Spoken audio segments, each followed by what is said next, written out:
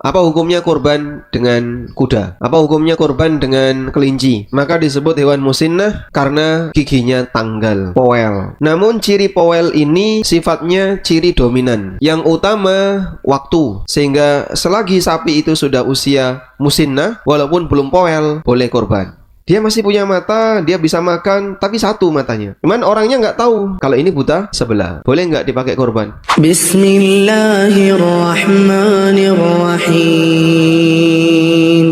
Mengenai kriteria hewan kurban.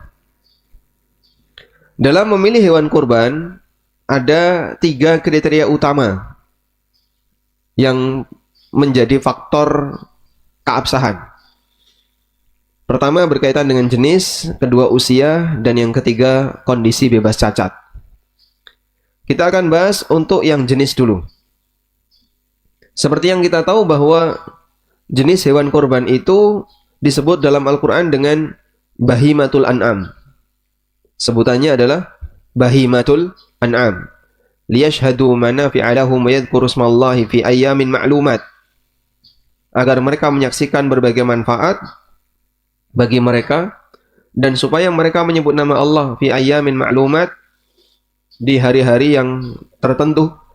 Wa yadhkuru ismallahi fi ayyamin ma'lumat, agar mereka menyebut nama Allah fi ayyamin ma'lumat, di hari-hari tertentu. Yang dimaksud ayyamun ma'lumat di sini hari tasyrik. Dan kurban itu hanya sah di mana?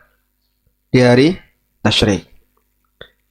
Ala ma razaqahum min bahimatil an'am, mereka menyebut nama Allah terhadap binatang ternak yang Allah rizkikan kepada mereka. Binatang ternak Allah yang ngasih. Kemudian mereka diminta sebutlah nama Allah pada binatang ternak itu, yang itu merupakan rizki dari Allah untuk kalian. Sehingga sebagian ulama menganjurkan takbiran itu ditekankan saat ketemu binatang ternak yang mau disembelih ketika kurban. Sehingga lihat sapi, Allahu Akbar, la ilaha illallah, wallahu Akbar. Dan itu selama Idul Adha dan hari tasyrik. Kemudian kenapa disebut bahimatul an'am? Bahimah artinya sesuatu yang nggak bisa bicara. Dan dia disebut sebagai bahimatul an'am karena binatang tidak bisa bicara. Dan meliputi 3 binatang, onta, sapi, dan kambing, berikut semua variannya. Ada banyak varian onta, ada banyak varian sapi, sebagaimana ada banyak varian kambing. Baik, ini berkaitan dengan jenis. Sehingga kalau kurban dengan selain 3 jenis hewan ini, pastikan batal. Apa hukumnya kurban dengan kuda? Tidak sah. Apa hukumnya kurban dengan kelinci? Nggak boleh, apalagi ayam. Ya, semua itu tidak bisa dijadikan sebagai hewan kurban. Sehingga kalau ada orang yang kurban dengan selain 3 ini, pastikan tidak sah. Selanjutnya, usia hewan kurban. Usia hewan kurban yang disebutkan dalam nas, dalam teks hadis, adalah usia musinnah. Sebutannya musinnah. Nabi SAW pernah bersabda, la tadbahu illa musinnatan. Janganlah kalian menyembelih kecuali hewan musinnah. Hewan musinnah, usia binatang. Ada yang disebut dengan jadza'ah.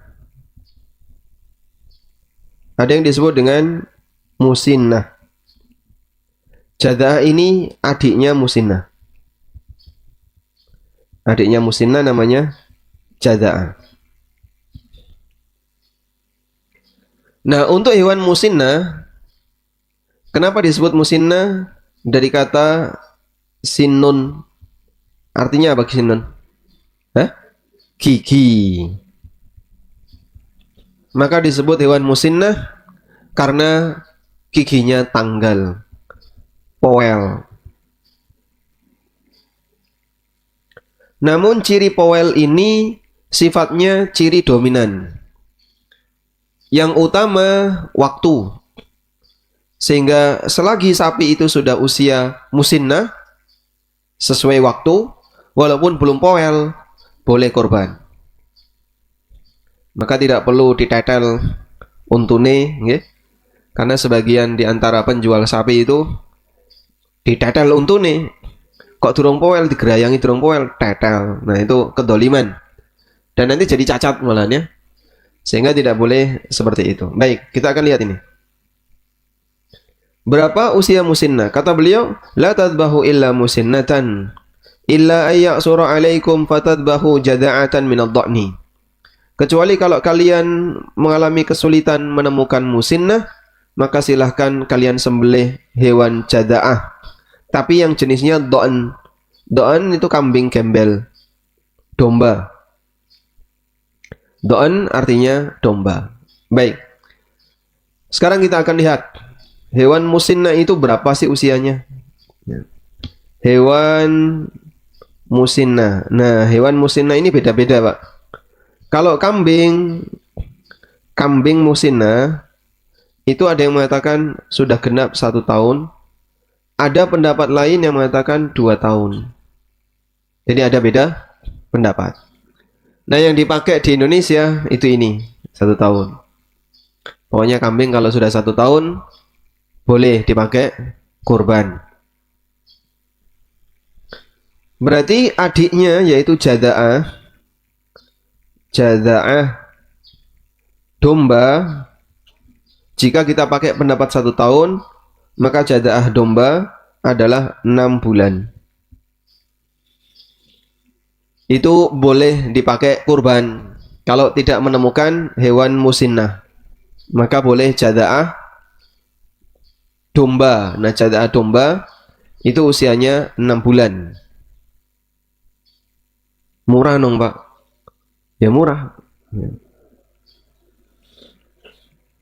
Gembel 6 bulan itu pinten itu? Mungkin sekitar 1,6, 1,7 udah dapat ya. Baik. Yang kedua, musinnah untuk sapi. Nah, musinnah untuk sapi itu 2 tahun. Kalau sudah genap 2 tahun, walaupun belum poel, boleh nggak dipakai korban? Boleh.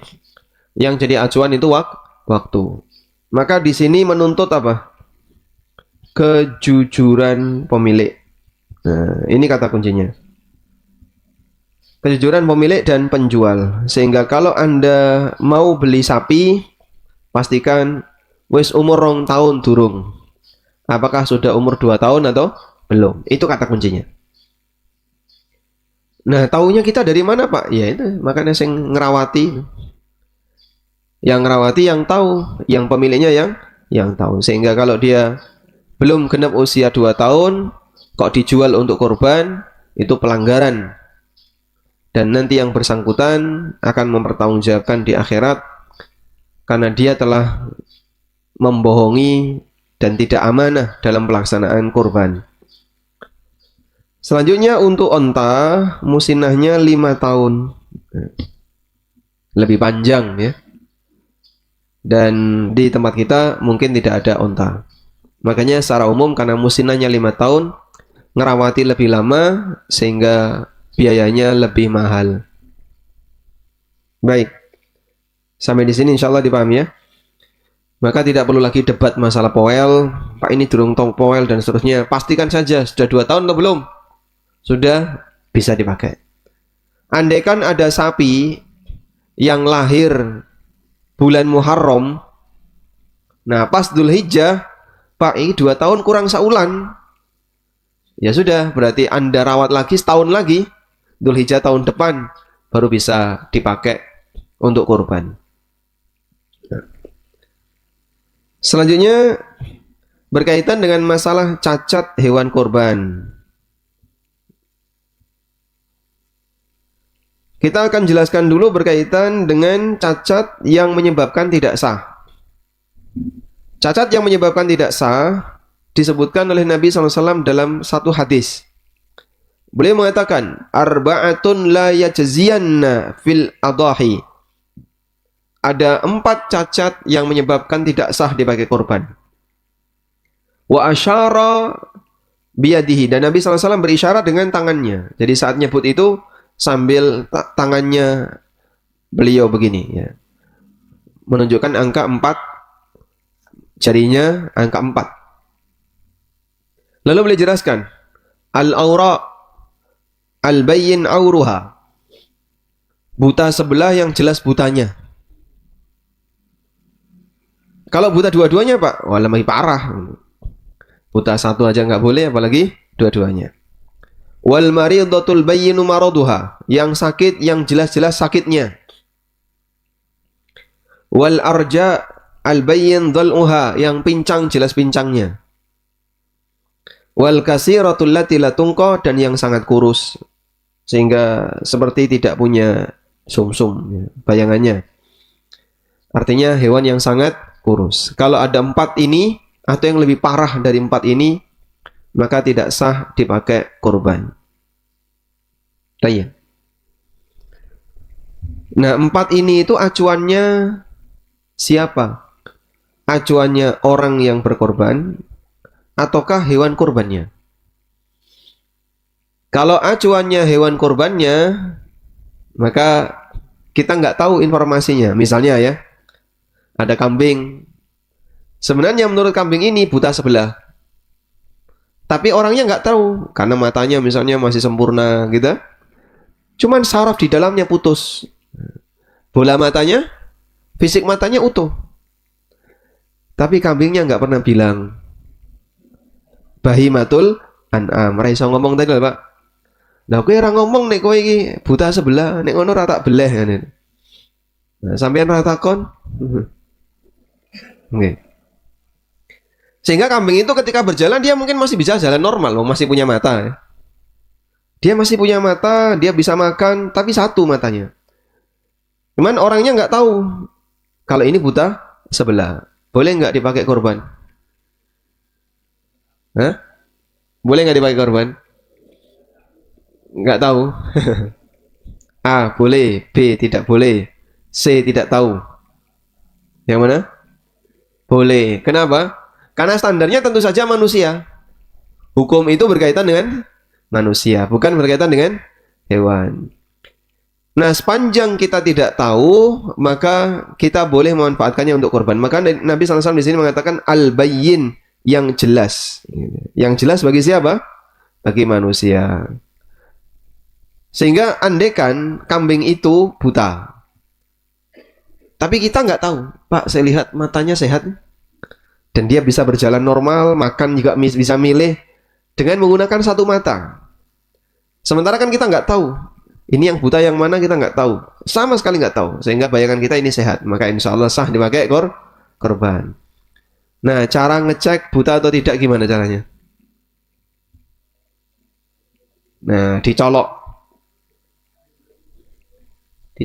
ke arah matanya, tapi nggak sampai nyolok bener ya, cuman di ini misalnya mata ya kira-kira tinggal 1 senti, kok dia berkedip berarti tidak buta gitu. Ini dokter yang pernah ngajari ya. Oh itu, oh kedip tidak buta. Okay. Kemudian yang sakit dan jelas sakitnya, misalnya ada hewan sakit tadi malam karena kedinginan, terus isuk-isuk ngregesi. Nah, saat pagi dia demam ngregesi, tapi baru awal-awal ngregesi ya. Itu yang punya mungkin nggak tahu. Bersin-bersin ya. Durung Pak, durung bersin-bersin. Ini baru tahap awal ngregesi tadi ya. Mulai katisen tadi malam, terus mulai ngregesi. Ngregesi itu bahasa Indonesianya. Meriang. Belum demam, meriang, baru meriang. Ini kambing sudah merasakan, aku kok arep loro ya. Tapi ora kondo. Tidak cerita kepada pemiliknya. Nah, kita yang nggak ngerti. Bagi kita sentuh biasa saja, dia masih berigas, tapi sebenarnya ini sudah tahapan meriang. Itu boleh dipakai korban, karena manusianya nggak tahu. Yang pincang sama ya, nggak tahu pincang ya, berarti ketika jalan dia pincang. Kemudian yang sangat kurus. Atau yang lebih parah dari yang tadi, ini keterangan di hadis di atas. Jadi kalau ada binatang rabun misalnya, kambingnya itu rabun, rabun jauh. Kalau dekat kelihatan, jauh nggak kelihatan. Maka orang kan nggak tahu ya, karena ketika dideteksi pakai colokan tadi, kedip dia. Oh iya, karena dia rabun jauh, dekat kelihatan. Baik. Selanjutnya ada cacat yang menyebabkan makruh, yaitu cacat yang selain 4 di atas, lebih ringan dari 4 di atas, ya. Lebih ringan dari 4 di atas, terutama pada bagian telinga dan tanduk. Maka telinga sobek, tanduk pecah, ini makruh dipakai korban. Kecuali kalau memang dia hewan yang jenisnya kecil tanduknya atau kecil telinganya. Kambing Garut itu gagah-gagah, nggih. Sungune, tanduknya bagus, tapi yang hilang apa? Telinganya. Telinganya kambing Garut tuh kecil sekali, sehingga seperti nggak punya daun telinga, padahal itu bukan cacat. Memang jenisnya seperti itu. Dia binatang yang tanduknya apa? Besar, tapi telinganya kecil. Dan kalau tanduknya pecah, kemudian telinganya sobek, maka yang seperti ini makruh dipakai kurban. Selanjutnya, cacat yang tidak berpengaruh pada status kurban. Kambing ompong, tidak berekor, bunting, tidak berhidung, ini diperbolehkan. Wallahu alam. Baik. Insyaallah dipahami? Nah, selanjutnya begini. Kondisi cacat. Kondisi cacat ya. Kondisi cacat itu ada 2. Sebelum ditetapkan sebagai hewan kurban. Sebelum ditetapkan itu bahasa kita ya, belum dibeli gitu aja.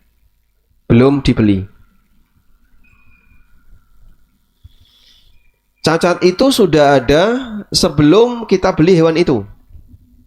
Misal, sapi sudah pincang sebelum kita beli, atau sudah buta sebelum kita beli. Sudah? Maka ini tidak boleh dipakai. Tidak boleh digunakan untuk kurban.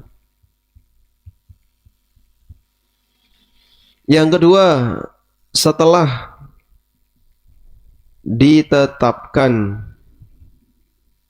sebagai hewan kurban, kemudian muncul cacat, lalu cacat. Contohnya yang paling sering ya, pincang karena diturunkan dari kendaraan. Kemarin waktu kita beli Pak sehat Pak, waktu dirawat juga sehat. Nah, petaninya itu yang ngerawat, dia ngeyel, sehat toh Pak. Bapak kan lihat sendiri toh, H-1 itu masih sehat.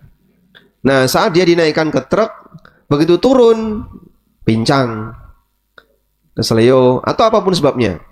Arab mejeti ora kober gitu. Buat dipejeti, mejeti sikil sapi nguri, kira-kira gimana itu? Hah? Ya disepak sapi nanti ya.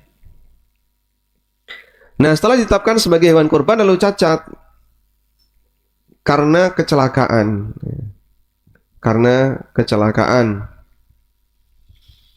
Maka di sini boleh dilanjutkan. Ya sudah, sembelih saja karena cacatnya itu sudah ditetapkan sebagai kurban. Ini yang dimaksud dengan proses ta'yin. Ditetapkan ini yang disebut dengan apa? Ta'yin. Jadi ini sudah ta'yin. Kalau sudah ta'yin, kemudian mengalami cacat di luar keteledoran manusia. Di luar keteledoran ya, kalau teledor ya tidak boleh. Cacat di luar keteledoran manusia, maka boleh dipakai kurban. Kita tambahkan, boleh dilanjutkan jika cacatnya di luar keteledoran. Tapi kalau teledor, maka yang teledor wajib ganti. Hewan itu kalau malam idealnya diapain? Dipayungi, ya. Nggak dipayungi, kodanan.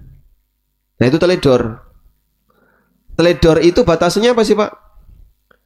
Melakukan sesuatu yang tidak seharusnya dilakukan, atau tidak melakukan sesuatu yang seharusnya dilakukan. Itu teledor ya. Ini teori teledor ini penting ya. Dalam fikih muamalah ini sering dipakai ini. Teledor. Teledor itu ada dua. Ada ta'addi. Ta'addi itu melakukan hal yang seharusnya tidak dilakukan. Itu ta'addi. Satu lagi namanya taksir. Kalau taksir itu melakukan atau bukan ya, tidak melakukan hal yang seharusnya dilakukan. Itu namanya taksir. Kudune dipayungi, ora dipayungi. Nah itu taksir. Kok sampai wedhus pilek mati atau sakit parah, maka yang teledor tadi wajib kan ganti. Ada orang naruh kambing pinggir sungai, talinya panjang, akhirnya nyemplung, renang, kelelep, mati. Maka yang teledor ini wajib ganti.